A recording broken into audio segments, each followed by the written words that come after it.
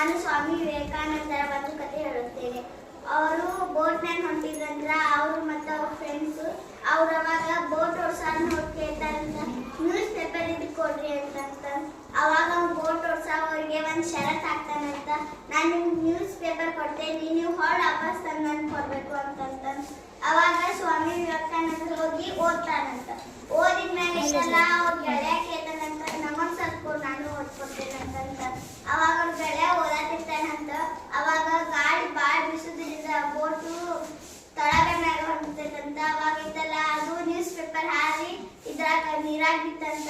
ಅವಾಗ ಅವಂಗ ಸಿಟ್ಟು ಬರ್ತೈತಂತ. ಬೋಟ್ ಓಡ್ಸೋಂಗ ಸಿಟ್ಟು ಬಂದ, ನಾನು ನಿಮ್ಗೆ ಹೇಳಿದ್ದೆ ಹೊಳ್ಳಿ ವಾಪಸ್ ಪೇಪರ್ ಕೊಡ್ಬೇಕಂತ, ನೀವು ಯಾಕೆ ಕೊಡಲಿಲ್ಲ ಅಂತಂದು. ಅವಾಗ ಸ್ವಾಮಿ ವಿವೇಕಾನಂದರು ಒಂದು ಬುಕ್ ತೆಗೆದು ಅದ್ರೊಳಗಿಂದ ಒಂದೆರಡು ಪೇಜ್ ಹತ್ತೈತಲ್ಲ, ಅದ್ರೊಳಗೆ ಇಷ್ಟು ನ್ಯೂಸ್ ಪೇಪರ್ ಒಳಗಿಂದ ಏನೇನಿತ್ತಲ್ಲ ಅದನ್ನಿಷ್ಟು ಬರೆದು ಕೊಟ್ಟಿದ್ರಂತ. ಅವಾಗ ಒಂದು ಅರ್ಧ ತಾಸು ಅಂತ ಎಲ್ಲ ಬರೆದು ಕೊಟ್ಟಂತ. ಅವ್ರಿಗೆ ಅಷ್ಟು